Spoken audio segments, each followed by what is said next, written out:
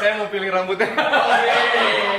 Yang makanan bawah kan luar biasa sih. Wah, gila banget sih. The best. Ini tahun berapa kalau boleh tahu nih? Itu 2005 kayaknya, 2005. Damn, 19 tahun lalu. Ini lebih muda lagi, ini 2001 gue ingat. Wow. Iya. Tapi tidak ada bedanya. Itu yang kita pikir deh. Kita butuh skincare-nya apa gitu kan. Ya, habis inilah di podcast ya. Let's go. Oke, kita coba nih ya, coba nih ya. Let's go. Ya, ku ingin baca berita baik di lini masa. Lihat dari konten yang makin gila. Sensasi, makanan siap saji. Makan 1, 2, 3, kok makin nagih. Ku hanya butuh inspirasi. Mungkin butuh ngobrol sama DJ Winky. Langsung kita mulai podcastnya. Bosku, selamat datang di OVA. Thank you. What's up, Willy? Mas Winky, terima kasih banyak sudah hadir. Banget. Ini the best emang ya. Oke, hari ini barengan sama DJ Winky, Yo. a.k.a. Winky Wiryawan. Halo, teman-teman Oval, thank you banget ya diundang sini nih, Will. Gokil. Pertama-tama tadi kan udah masuk, sudah melihat ya TV kita di sini. Yang nomor 1 yang pertama kali aku pengen tanyakan adalah skincare-nya apa, bagaimana bisa awet muda terus. Gitu Awet loh. muda mungkin dengan apa ya? Tidur cukup sih kurang pasti ya. Bingung ya? Iya, Bingung ya? Mungkin mencoba untuk karena gue misalnya emang seminggu bisa nge-DJ 4 kali gitu. Oke. Gue pokoknya at least ada 2 atau 3 hari tuh tidur gue harus enak banget lah gitu. I see. Mungkin lebih ke situ aja dan juga mungkin air putihnya lebih banyak gitu. Air putih itu ya. Kayaknya lebih ke situ sih. Sama Oke. mungkin happy terus. Happy terus. Iya.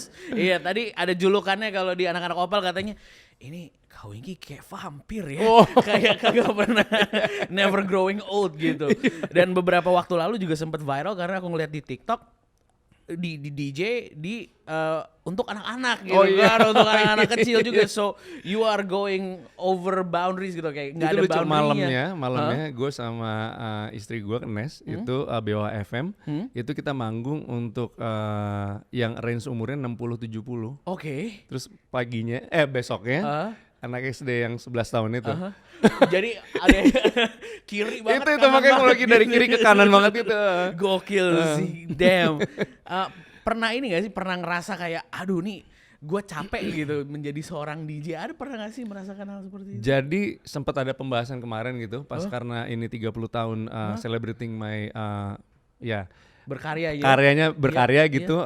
Sempat ada used to be my manager, dia bilang kayak, Wing, lu kan sekarang tahun ini Desember ini kan 46 tahun nih gitu, ulang tahun ke 46. Lu ada kepikiran untuk akan pensiun apa enggak Pensiun, gitu. iya, benar-benar. Terus akhir pas gue pikir-pikir kayaknya maybe 50 is a good number untuk retired gitu. Oke. Gue pikir gitu. Retired tuh Oke. bukan berarti gue kayak gak nge-DJ sama sekali, cuman Betul. kayak gue mau nge-DJ hanya untuk event yang gue bikin atau di tempat-tempat yang emang gue mau aja atau di event-event atau di gig yang gue mau aja gitu loh. Oke. Karena kalau sekarang kan mungkin kasarnya gue masih menjadi DJ yang sometimes lebih banyak gue mainstream untuk mengikuti pasar gitu ya. Oke. Dan ya kalau nanti mungkin by the time gue reach 50 gitu, gue akan ya udah cari gig atau bikin gig yang emang gue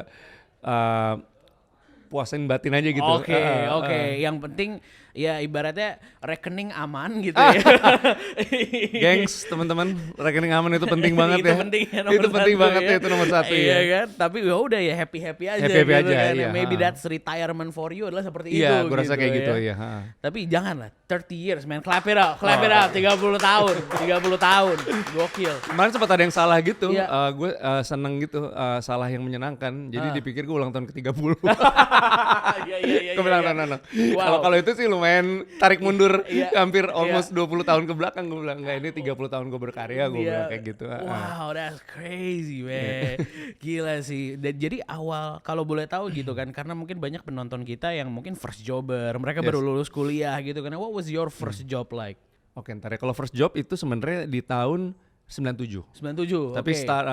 gue startednya di 94. Oke. 94 tuh gue minjem turntable teman gue, start learning, terus udah gitu mulai kayak main dari party-party ke ya tahu kan high school gitu zaman dulu yang dari rumah teman ke rumah teman. Oke. Terus kayak misalnya ada satu tempat kosong kita bikin diusir polisi gitu-gitu. Aduh. Saya tidak mengerti. Nah 97 itu baru gue dapat gig pertama dari DJ Riri. Kalau pernah iya. DJ Riri. Yo senior kita juga tuh. Jadi ada satu klub dangdut, which is gue belum tahu kalau itu klub dangdut. Jadi ada klub dangdut yang udah tutup di Wahid Hasim, sampingnya Parkit. Waktu itu dia bilang, Wing lu mau bikin event nggak gitu. Jadi kayak lu bikin event aja sendiri sama terserah komunitas lu. Gue kasih satu klub gitu.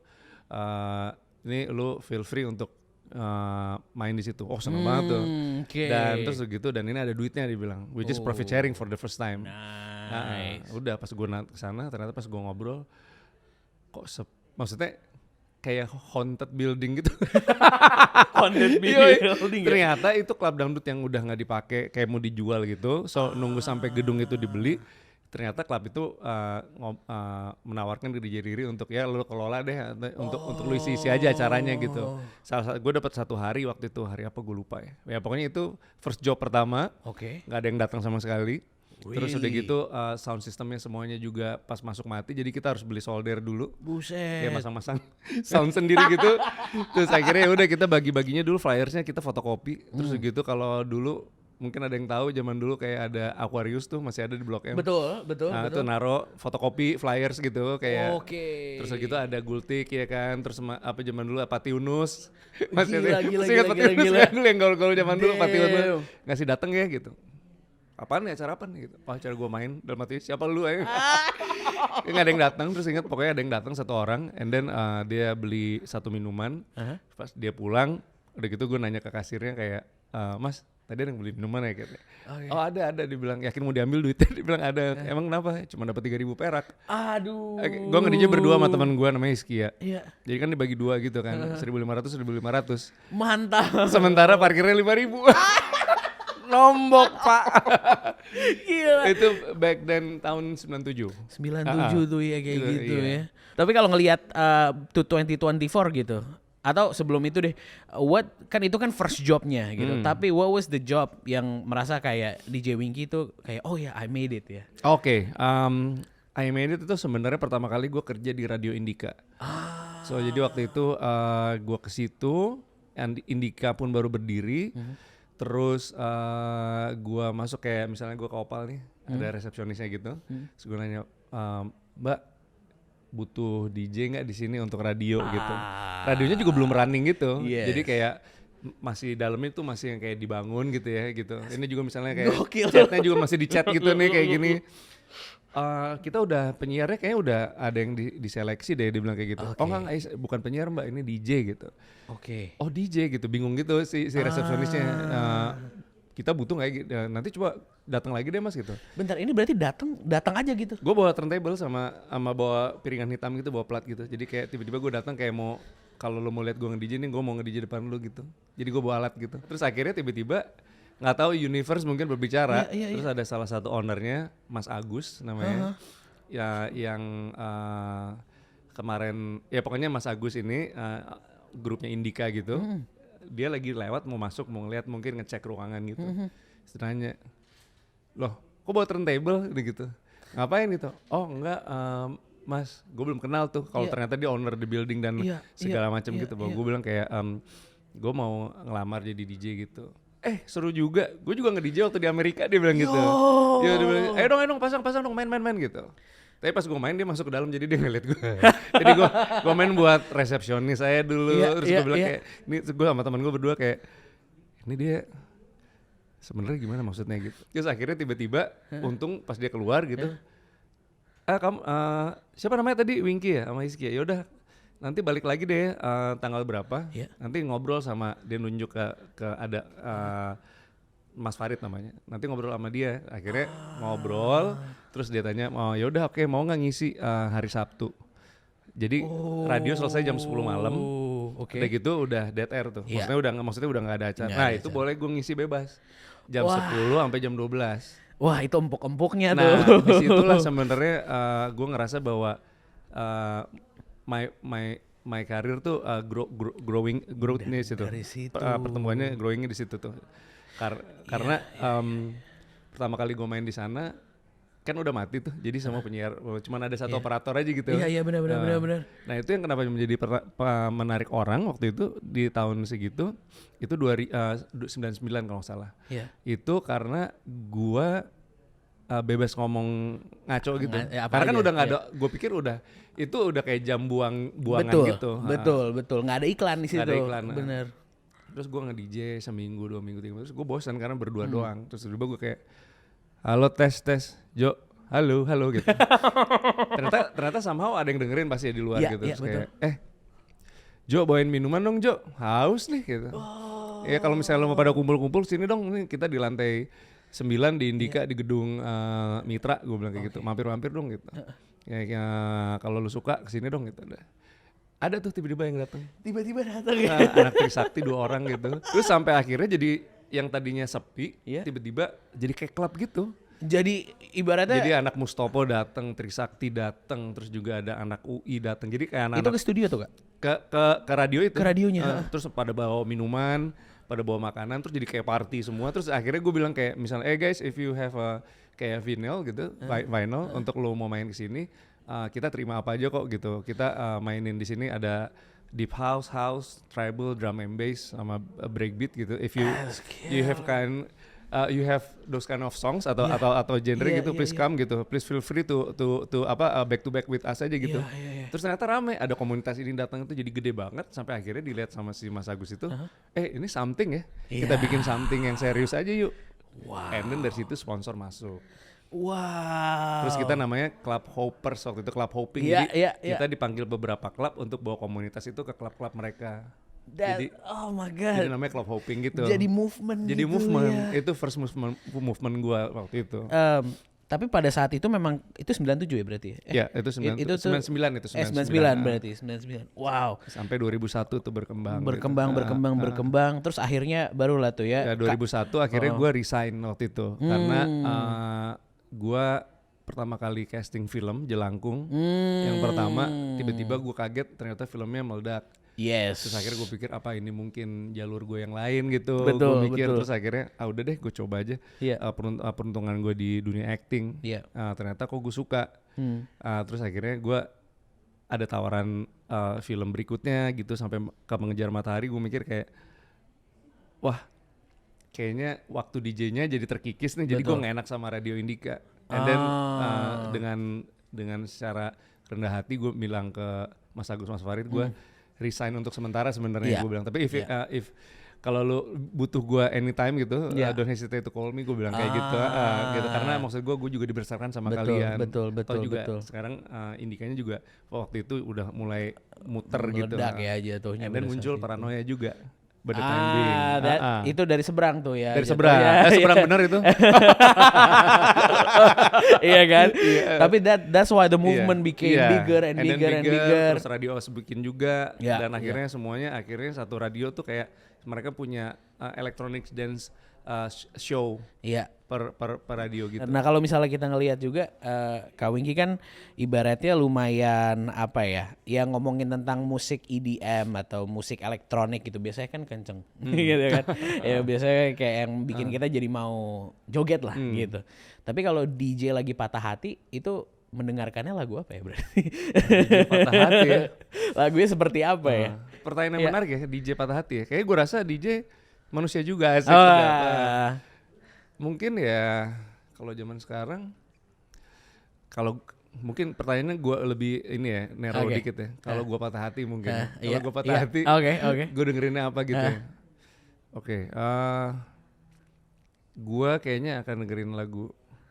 Nggak tahu deh lu tahu apa enggak ini, kolot sih jadi kelihatannya gue. Apa tuh? Kita suka oldies, Gue kayak Protonema gitu, ada band Protonema.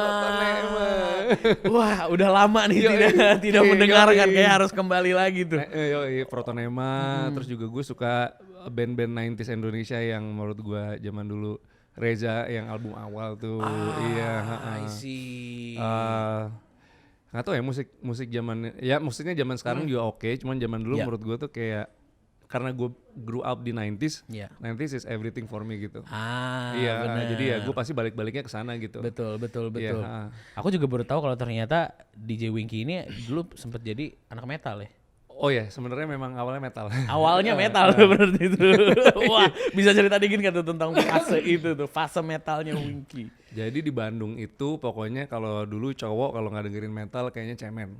Oke. Kurang lebih gitu. Iya, iya. Sementara sini anaknya FOMO. Oh, iya Jadi iya iya. nggak mau dianggap cemen. Oke, Walaupun oke. awalnya pas dengerin pertama kali kayak apaan nih gitu. Karena dulu gue fans New Kids on the Block banget. Bentar, New Kids on the Block tuh jauh. Oh jauh, boy band abis gitu. Boy band Jadi abis, satu ya? kamar gue pokoknya New Kids on the Block semua Oke, gitu. oke. Wah gila. Terus tiba-tiba gue dikerjain sama teman gue anaknya ada Bimbo tuh. Oke. Namanya Nugi sama Arda, dia bilang kayak, "Wing, lu dengerin ada boy band baru nih namanya Napalm Death," dia bilang gitu. Wah, gila. Anak New Kids on the Block tuh ya. Iya, lu dengerin deh, beli deh kasetnya, keren banget. Oh yang bener lu. Pas gue beli, apaan nih gitu Iya, ya. iya, iya, Tiba-tiba, gitu. Waduh. Tapi karena gue dikerjain gitu, gue kan gengsi kan. Oke, Jadi oke. gue kayak, gue balik lagi ke Aquarius, gue, "Mbak, ini yang jenisnya kayak gini apa namanya?" Itu death metal mas itu. Death metal dari namanya aja gila banget ya. Gue beli semua kaset yang death metal yang ada di Aquarius. Oh, Keren. jadi gue beli, besoknya pasti pada ketawa-ketawa gimana Iya, lo iya, gitu lu dengerin Oke, boyband iya. Napalm Death gitu. Gue bilang enak juga, gue bilang Wih. itu namanya, gue sosok bego gitu, itu namanya death metal lagian gue beli ini semua. Terus siap. kaset-kaset gitu kan, terus semuanya jadi kayak lu suka bener gitu. Keren. Tapi kan sebenarnya emang gue belum begitu dengerin kan. Oke. Tapi begitu akhirnya mau nggak mau gue sosok dengerin gitu, sosok mengerti, tapi lama-lama kok kayak gue dapet rhythmnya gitu. Kok kayak gue dapet soulnya metal ini ketika pas gue dengerin Sepultura. Oh. Dari Sepultura tiba-tiba muncul di radio Metallica. Lebih soft lagi. Iya, Jadi iya, kayaknya iya.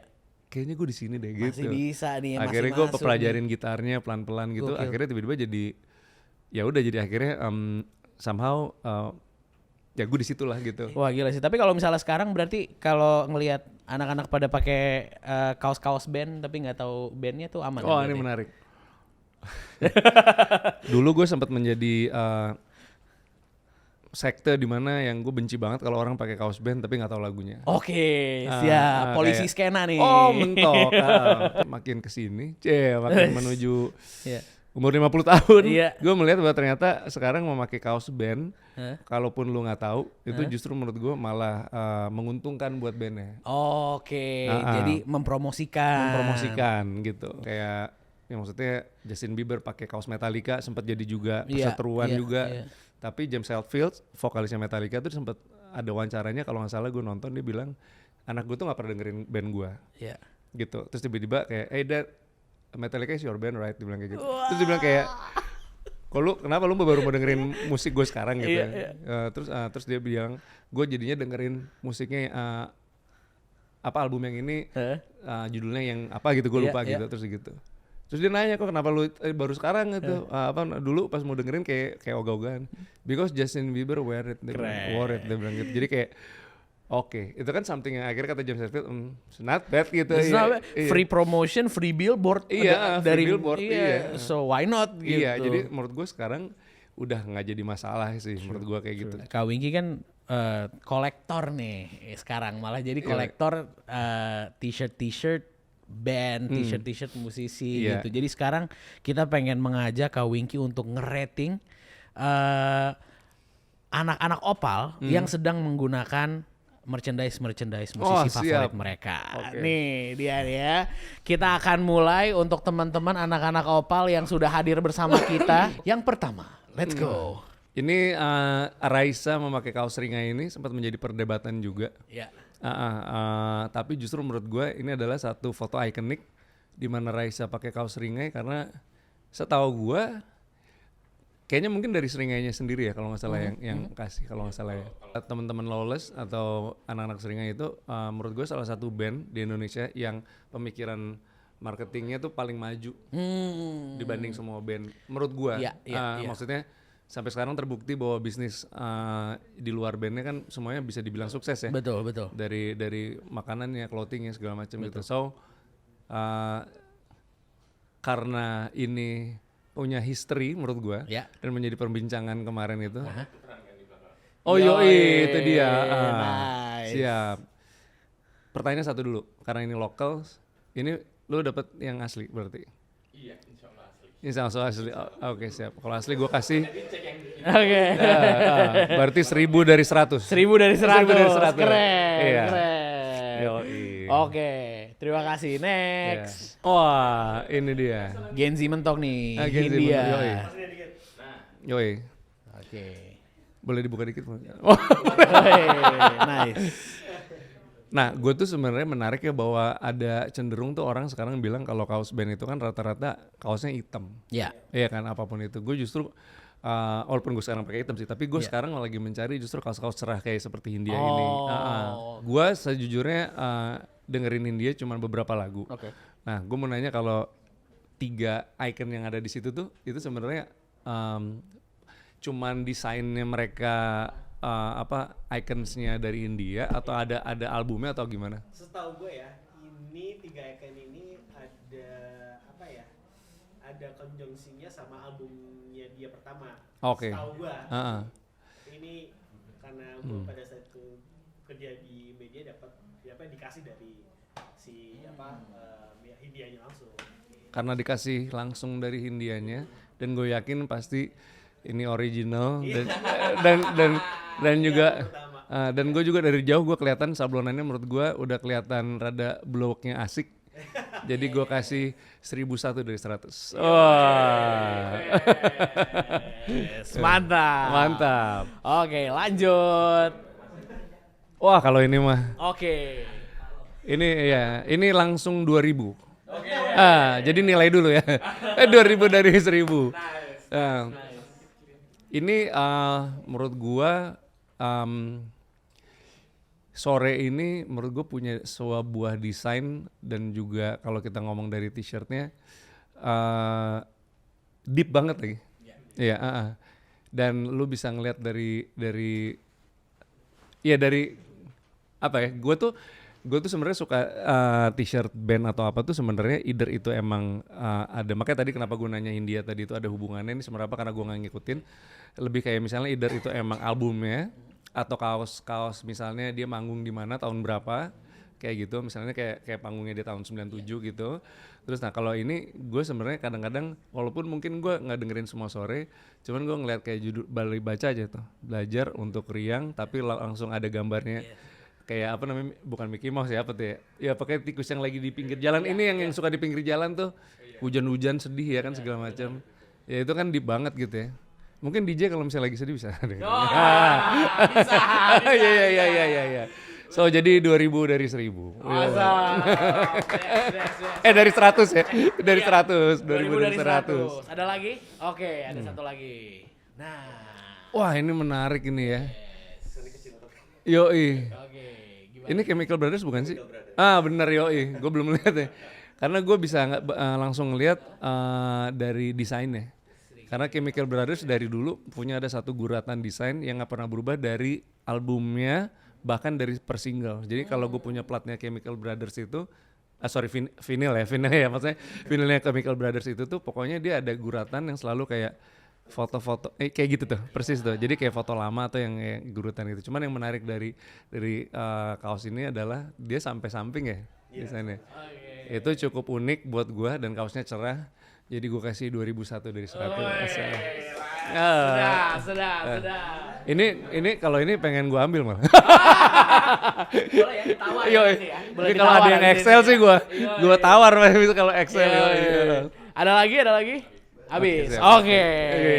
Itu dia. Tepuk tangan buat anak-anak Opal yang hari ini menggunakan kaos-kaos bandnya. Luar biasa sih.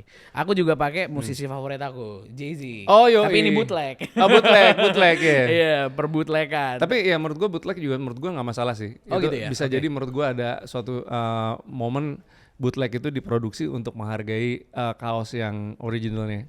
Oke. Nah, kita tadi udah ngobrol banyak banget Kak Winky, dan sekarang aku pengen membahas sedikit tentang your 30 years journey. Siap. Definitely Will. it's gonna be huge dan Yeah. kita bakal melihat Mas Winky berkarya di Rhythm Odyssey. Yes, boleh cerita dikit nggak sih ini Okay. what's happening then? So it's going to happen in H Club SCBD Oke. tanggal 23 November.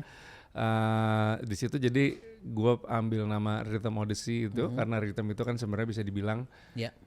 kalimatnya apa yang rada-rada ini, balutan melodi, beberapa melodi yang dijadikan satu grup gitu, yang dia konsisten terus menerus pengulangan repetitif gitu. Itu, dan gue ngerasa repetitif itu adalah konsisten gue mungkin ya, konsistensi gue yang gue jadi rhythm terus udah if been like 3 decades atau almost 5 decades gitu. Dan akhirnya Odyssey itu kan sebenarnya kayak petualangan. Jadi gue dalam 30 tahun ini petualangan gue di ups and downs-nya tuh di dunia electronic dance music tuh sangat berliku seperti gunung-gunung yang ada di Jawa. Ya seperti itulah. Jadi gue mengambil seperti itu, dan beberapa line up yang gue ambil juga sebenarnya kemarin banyak yang menawarkan kenapa nggak ngambil maksudnya kayak beberapa nama yang terakhir udah pernah kolaborasi sama gue yang apa namanya yang terkini gitu. Tapi gue bilang gue pengen lebih sangat personal buat gue. Jadi gue pengen ngambil semua line up-nya yang pernah merasakan justru jatuh dan bangunnya bareng gua gitu. Jadi ada some of them yang udah nggak nge-DJ lagi atau apa gitu. Ada juga yang ada yang nggak nyanyi lagi gitu atau apa. Tapi kayak ayo men untuk ini gua if you boleh nggak mau oh ya of course gitu kita mau gitu. Jadi event yang mungkin udah nggak nge-DJ lagi. Dan ini mungkin pertama kali akan ada show bisa dibilang di Jakarta mungkin ya, di Indonesia gua nggak tahu, cuman di Jakarta show pertama di mana jadi ada 2 sesi gitu. Sesi pertama itu gue dengan band elektronik gitu. 30 jadi dalam 30 menit itu akan menggambarkan perjalanan gue selama 30 tahun secara visual dan audio. Tanpa gue ada narasi dari mulut gue. Jadi semuanya akan diucapkan dengan visual dan musik. Itu nonstop menyambung terus kayak DJ gitu, tapi band. Tapi terakhirnya gue cuma dikasih waktu 1 menit untuk speech thank you ke yang datang aja gitu. Gitu. Wah gila sih. Dan gue bisa ngerasain sih bahwa visual tuh bakal gokil banget. It's not just the music ya, tapi untuk apa maksudnya apresiasi gue ke teman-teman lainnya boleh gue sebutin ya yang ada aja. Silakan. Nanti akan ada Aki Singgi dan Audrey Singgi. Aki Singgi itu Aki Alexa, terus juga akan ada Maruli Tampu Bolon, ada Prince Hussein, terus juga ada Atsi atau Atilasya, terus juga ada Sarah Fajira, terus juga tadi Maruli Tampu Bolon udah ya, terus siapa lagi? Ada Lukman Sardi. Nah ini unik nih, ada Mas Lukman Sardi. Dia akan main biola. So secara Lukman ini kan anaknya dari salah satu bisa dibilang pioneer apa ya, maestro yes. violinist ya, iya kan Idris Ardi kan. So nanti Lukman akan muncul gitu. Karena kemarin mau sosok nutupin semua orang kayak mikir apa Lukman bakal monolog acting atau apa gitu. Gue buka aja dia bakal main biola. Nah after that ada DJ-nya, ada Evan Virgan, Hizkia, Herdi sama Osvaldo Nugroho. So ya itu sesi kedua after party-nya kayak gitu. Nice. Jadi hoping to see you all there ya, makanya. Hopefully ya kita bisa nongkrong di sana. We can celebrate you right now. Thank you banget. That's crazy yo. 30 tahun tuh nggak gampang, sangat tidak mudah definitely. Mungkin bisa as a closing juga. Teman-teman di luar sana banyak yang mau jadi musisi, banyak yang mau jadi DJ, orang yang di dunia entertainment gitu kan. How do you balance between pasar sama diri kita sendiri gitu kan? Oke, kalau misalnya untuk orang yang pertama kali masuk ke dunia, gue rasa dunia apapun ya, bukan dunia DJ aja sih. Please jangan masuk ke dunia industri ini dengan atas nama pasar. Itu menurut gua itu rules pertama. Jangan misalnya sekarang lagi tren apa nih? Misalnya DJ nih lagi tren Afrobeat sama piano gitu segala macam. Gua mau langsung kesana aja deh. Biar langsung bisa main di atau apa gitu. Please don't do that. Jangan ya. I mean like bener-bener lu mainin apa yang lu suka dulu. Rasain dulu lu nggak diterima orang. Ataupun rasain dulu bisa jadi dengan musik yang lu beda justru something new dan lu jadi besar langsung kan siapa tahu. Daripada lu ngikutin arusnya sungai musik seperti itu tapi ternyata ngebawa you getting nowhere karena lu nggak ada something different. Just make it something yang emang lu suka banget. Atau nggak misalnya ada genre yang emang lu suka tapi emang nggak populer, just do it aja. Lakuin aja gitu. Maksudnya orang nggak suka gitu, nggak datang apa segala macam, nggak apa-apa, rasain dulu, rasain dulu, lu coba terus